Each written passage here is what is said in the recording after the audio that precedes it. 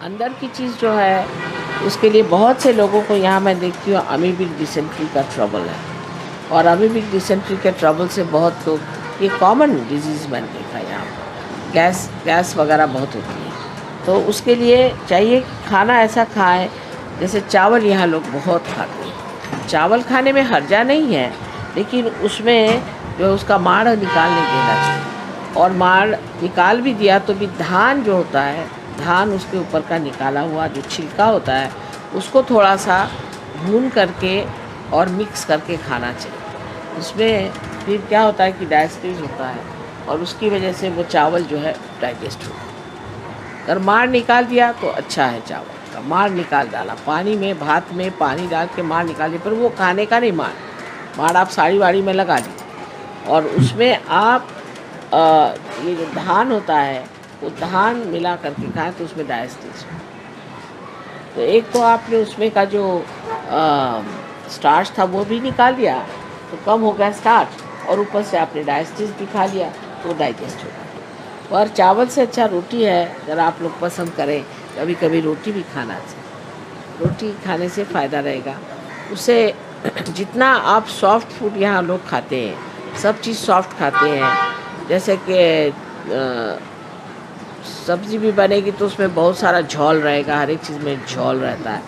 तो वो जो झोल है वो थोड़ा कमती करना चाहिए, क्योंकि बहुत झोल लेने से जो इंटेस्टाइन्स है वो कमज़ोर हो जाती है, होने से कॉन्स्टिपेशन हो जाता है। तो कोई हम लोग तो और कोई चीज़ खाते नहीं हैं, जैसे कि सलाद वगैरह, तो बेहतर यह है कि कम से कम ऐसी चीज़ें खाएं जो थोड़ा रफेज बनाए, नहीं तो कॉन्स्टिपेशन हो जाता है।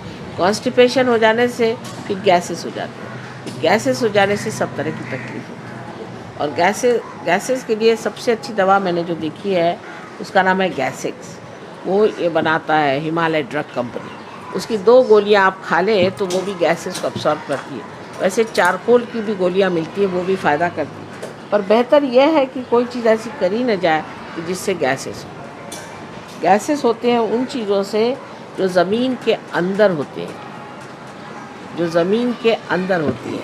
जैसे आप मूली है, गाजर है और आलू है और अरवी है और शकरकंदी है, जो चीज़ें मूल में होती हैं वो खाने से गैसेस होती हैं। उनको खाना बंद कर तो थोड़ा सा रिलीफ हो जाएगा।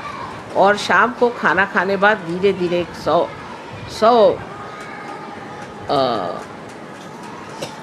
100 गज़ भी बहुत होता है, 100 फुट भी अगर आप चल पा सकें तो बहुत फ़ायदे की चीज़। इस तरह से गैसेस की यहाँ बड़ी शिकायत मैंने देखी लोगों में है। और लूज स्टमक हो जाता है अगर आप सिर्फ वेजिटेरियन खाना खाते रहें तो वेजिटेरियन खाइए, क्योंकि नहीं खा सकते लोग, लेकिन ज़रूरी है कि आप प्रोटीन फूड खाएं। उससे बदन का लूजनेस, बदन का छूटना वो चला जाएगा। प्रोटीन ज़रूर खाना चाहिए, उससे मसल्स बनते हैं। दूसरा, मसल्स बनाने का एक अच्छा तरीका एक और है कि समुद्र में, यहाँ समुद्र तो है नहीं, पर समुद्र में जो घास उगती है उस घास को पीस करके और उसमें कोई सा भी मक्खन या क्रीम, कोई सी भी चीज़ मिला करके वो अगर शरीर में रगड़ी जाए तो भी फ़ायदा करती है, क्योंकि उसमें भी फॉस्फोरस होता है और उससे हमारे शरीर में बहुत फ़ायदा करती है। अगर वज़न बहुत ज़्यादा हो तो आप ये करके देखिए, बड़ा फ़ायदा करें। उसको डाल के और उसमें आप कोई सा भी ऐसा घी ले लीजिए, डालडा या इस तरह की चीज़ जिसमें कि जो कि वेजिटेबल ऑयल जैसे होता है, उसमें मिक्स करके उसको, और उससे आप बदन में मालिश करें तो आपका बदन बहुत बन जाएगा। नेचुरल चीज़ों में बहुत कुछ होता है। अब दूसरा, यहाँ मैं देखती हूँ कि लोगों को पित्त का शिकायत बहुत है, पित्त बहुत होता है, हमेशा उबासी आती है। ऐसे जो लोग हैं जिनको पित्त बहुत होता है उनके लिए चाहिए कि एक कोकम करके फल मिलता है, उसका जूस बना करके और उसमें नमक चीनी डाल के उसको पिए। ऐसे लोगों को बहुत चीनी खानी चाहिए, और ऐसे लोगों के लिए यहाँ पर मैं चीनी वाइब्रेट करके जाऊँगी, तो आप लोग वो चीनी खाएँ, उससे फ़ायदा होगा। जो वॉमिटिंग जैसी सेंसेशन आती है, यहाँ बर्निंग होता है, हार्ट बर्निंग होता है, तो ऐसे लोगों को तला खाना नहीं खाना चाहिए, डेयरी प्रोडक्ट्स कम करने चाहिए। इस तरह से आप अपनी पित्त की भी शिकायत ठीक कर सकते हैं, जिसको पित्त बहुत होता है वो भी ठीक कर सकता है।